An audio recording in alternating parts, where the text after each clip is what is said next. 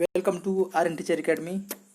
Are N teacher academy में आपका स्वागत है। आइए आज 10 ऐसे प्रश्नों को पढ़ेंगे जो कि हर बार परीक्षा में पूछे जाते हैं। और हम ऐसे प्रश्न लेके आए हैं, यदि कोई लड़का 10 में से 7 प्रश्न हल कर दिया तो समझिए कि उसका सीटेट क्लियर। तो पहला प्रश्न है,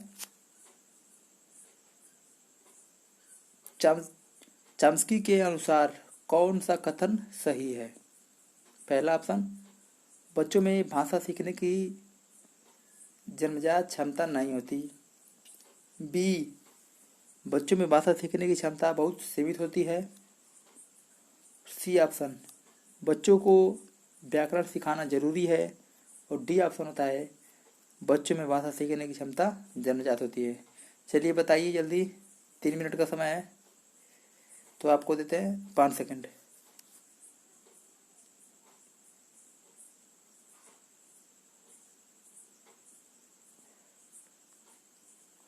चलिए देखिए, इसका जो है कि ऑप्शन डी सही होगा। क्यों?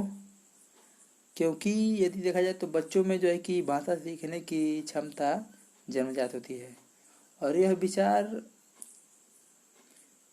जब कथन चॉम्स्की का है तो चॉम्स्की कई संबंधित है। बच्चों में एक कहें कि नैसर्गिक क्षमता होती है जिसके अनुसार उनमें भाषा सीखने की जो है कि स्वतः ग्रामता आ जाती है। तो इसलिए हमारा ऑप्शन सही हो रहा है डी। क्यों? क्योंकि चॉम्स्की के अनुसार बच्चों में भाषा सीखने की क्षमता जन्मजात होती है। आइए अब चलते हैं हम अगले प्रश्न की तरफ, जो दूसरे नंबर का प्रश्न है। इसमें दिया है, प्राथमिक स्तर पर शिक्षण का माध्यम क्या होना चाहिए? तो आपके सामने पहला ऑप्शन अंग्रेजी होना चाहिए, बी उर्दू होना चाहिए, सी बच्चे की मातृभाषा होनी चाहिए और डी हिंदी होना चाहिए। तो चलिए बताइए जल्दी से कौन सा इसमें ऑप्शन सही होगा।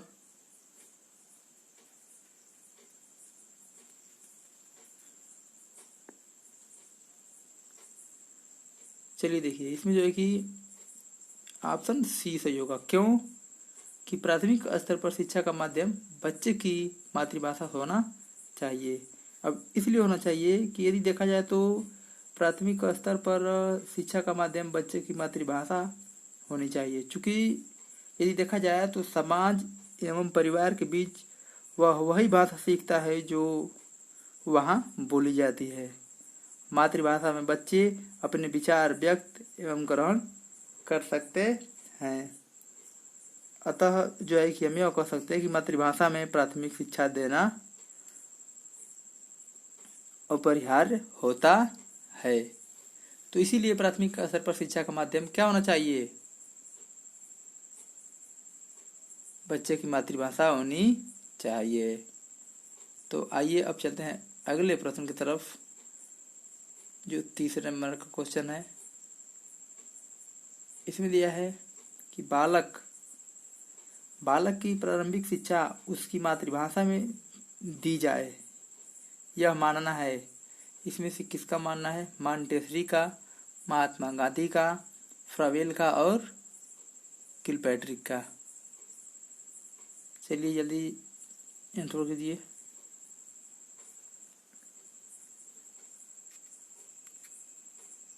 देखिए, इसमें हमारा कौन सा ऑप्शन होगा?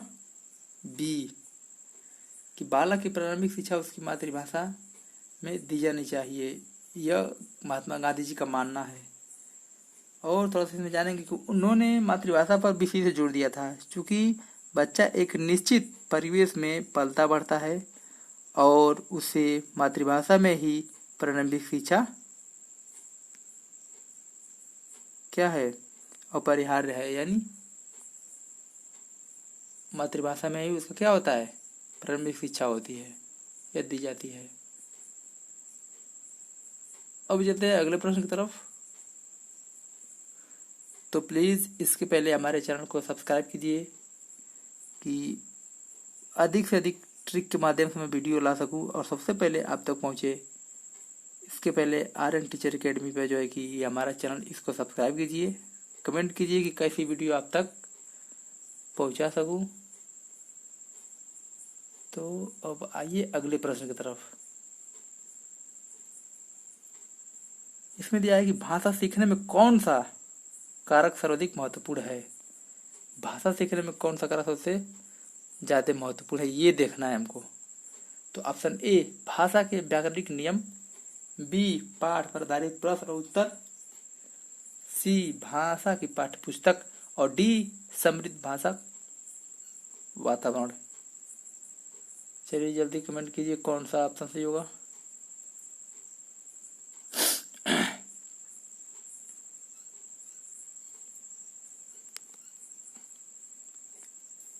चलिए इसमें देखिए डी ऑप्शन सही होगा। क्यों? क्योंकि भाषा सीखने के लिए समृद्ध भाषिक वातावरण की अपनी जो है कि सर्वाधिक महत्व भूमिका होती है। इसमें अभिव्यक्ति के जो है कि अनेकों नेक अवसर उपलब्ध होते हैं जो अभ्यास के रूप में कार्य करते हैं।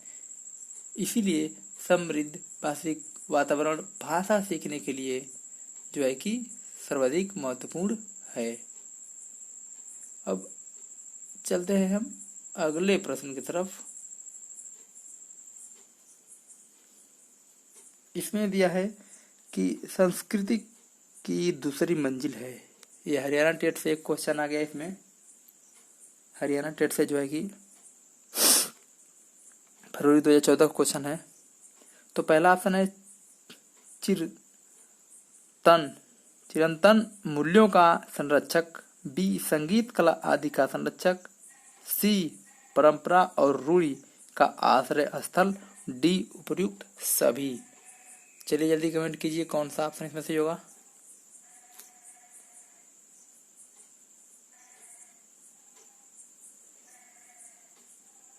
तो चलिए देखिए इसमें जो है कि हमारा डी ऑप्शन बिल्कुल सही होगा। क्यों सही होगा?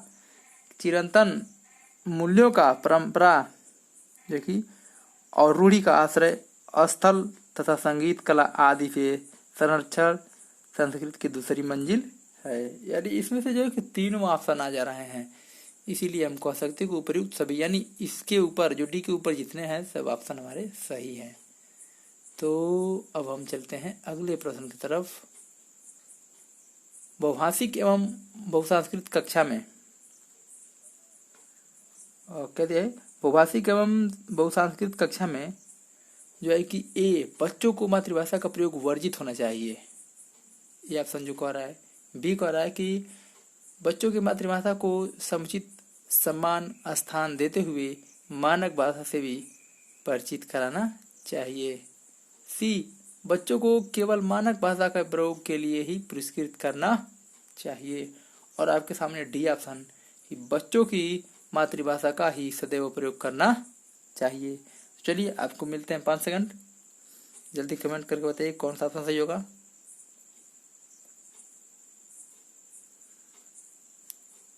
पाँच सेकंड। चलिए देखिए इसमें हमारा जो है कि बी ऑप्शन बिल्कुल राइट होगा। क्यों कि बहुभाषिक एवं सांस्कृतिक कक्षा में बच्चे को मातृभाषा को समुचित सम्मान देते हुए मानक भाषा से भी परिचित कराना चाहिए। क्यों? क्योंकि देखिए वहाँ सर्वप्रथम जो है कि यह आवश्यक है कि बच्चों की मातृभाषा को समुचित सम्मान देते हुए भाषा से परिचित कराना चाहिए। ऐसी कक्षाएं जहाँ अनेक भाषाओं एवं अनेक संस्कृति के विषय में जानकारी दी जाती हो। ठीक है, चलिए अब हम चलते हैं अगले प्रश्न की तरफ। आइए अगले प्रश्न में आ गया। हिंदी की कक्षा में प्रायः हिंदीतर भाषी बच्चे हिंदी सीखने में अनेक कठिनाई का सामना करते हैं। क्योंकि ए वे मन लगाकर हिंदी नहीं सीखते, बी हिंदी सीखने के प्रति उनमें अरुचि होती है, सी हिंदी बहुत कठिन भाषा है, और डी आपके सामने प्रायः हिंदी और उसकी मातृभाषा की संरचना में अंतर होता है। तो आपको मिलते हैं 5 सेकंड।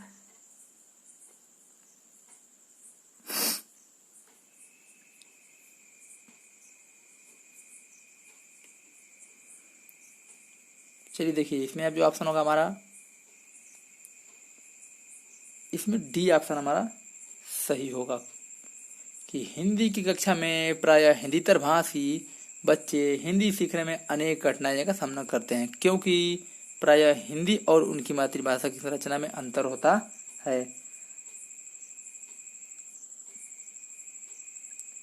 और देखिए, ये भी कह सकते हैं कि हिंदी और उनकी मातृभाषा की जो संरचना में काफ़ी जो है कि अंतर होने के कारण ही क्या होता है, हिंदीतर भाषी बच्चे हिंदी सीखने में कठिनाइयों का सामना करते हैं।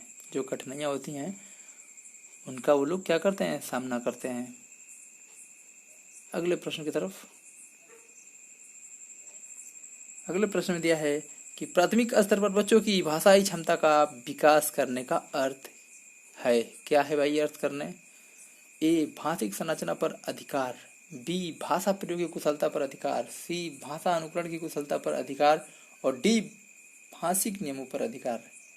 तो आपको मिलते हैं 5 सेकेंड्स और कमेंट करके जल्दी बताइए कौन सा ऑप्शन सही होगा इसमें।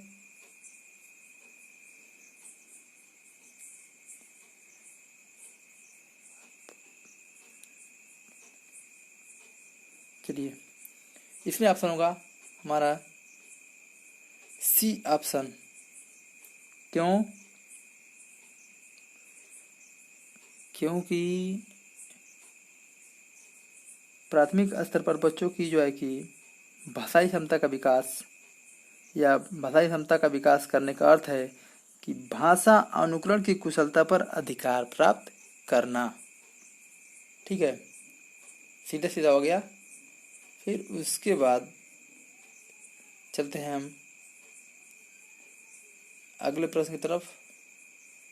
पहली कक्षा में प्रवेश लेने से पहले आमतौर पर बच्चे, ये ऑप्शन पठन लेखन में दर्ज होते हैं, बी स्व अभिव्यक्ति जानते हैं और सी भाषा के व्याकरण नियमक, जो व्याकरण के नियम होते हैं उनको जानते हैं और डी तुलतुला कर बोलते हैं। तो आइए अब हम आपको देते हैं 5 सेकेंड और जल्दी से बताइए कौन सा ऑप्शन इसमें सही होगा।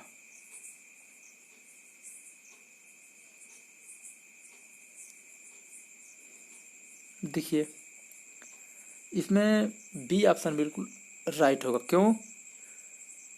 इसलिए कि पहली कक्षा में प्रवेश लेने से पहले आमतौर पर बच्चे स्व अभिव्यक्ति जानते हैं। वे जिस आयु वर्ग यानी 5 से 6 वर्ष में होते हैं तो उसका आयु वर्ग समानतः बच्चों में इतना भाषाई कौशल विकसित हो चुका होता है कि वे अपनी ज़रूरतें, जो उनकी ज़रूरत होती है, मतलब जो उनकी परेशानी होती है, वो व्यक्त कर सकते हैं और वे शब्दों के लिंग, वचन आदि जानते हैं तथा हम कह सकते हैं कि दैनिक यानी जो रोज़ की उन लोगों की आवश्यकता वस्तुओं के नाम, जैसे खिलौने का नाम, जैसे उनकी कोई दैनिक जो मतलब रोज उनको जो की आवश्यकता पड़ती है ऐसे वस्तुओं का नाम, या उनके कार्य एवं शब्दों के अर्थ के समान सामान्य को जो है कि स्थापित कर लेते हैं। अब हम चलते हैं लास्ट क्वेश्चन की तरफ, जो इस वीडियो का लास्ट क्वेश्चन होगा।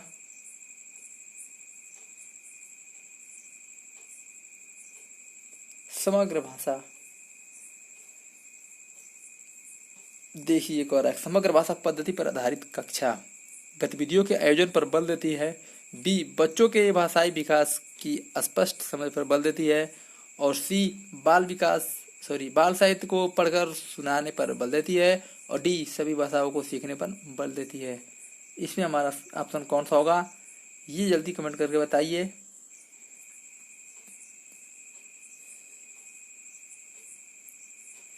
इसके पहले प्लीज़ हमारे चैनल को सब्सक्राइब कीजिए, लाइक कीजिए, शेयर कीजिए और कमेंट कीजिए। और ये मैं कह सकता हूँ कि डेली इस चैनल पे जितनी वीडियो आ रही हैं डेली देखते रहिए। मेरा विश्वास है कि इस बार 123 या 25 या ज़्यादा, जैसे कि ट्रिक के माध्यम से यदि हम बिल्कुल अच्छी तरह से स्टडी करते रहें तो 140 तक पहुँचेंगे, ये हम लोगों का प्रयास रहेगा। तो इसके पहले प्लीज़ सब्सक्राइब कीजिए कि जो भी वीडियो यहाँ से हमारे इंस्टीट्यूट से हमारे टीचरों की तरफ जो भी वीडियो आ रही हो तो सबसे पहले आप तक पहुँचे और आप उस वीडियो का भरपूर लाभ उठा सकें। तो सबसे पहले सब्सक्राइब कीजिए और लाइक कीजिए, अपने दोस्तों में भरपूर क्या कीजिए, शेयर कीजिए और कमेंट कीजिए कैसी वीडियो मैं आप तक लेकर आ सकूं। तो चलिए देखते हैं आसन की तरफ। इसमें होगा बी आसन सही। समग्र भाषा पद्धति पर आधारित कक्षा बच्चों के भाषाई विकास की स्पष्ट समझ पर बल देती है। यानी कौन सा ऑप्शन हो रहा है सही? बी ऑप्शन हमारा सही हो रहा है। तो चलिए ये हमारा जो है कि आज का क्लास समाप्त हुआ। वीडियो को बंद करते हैं।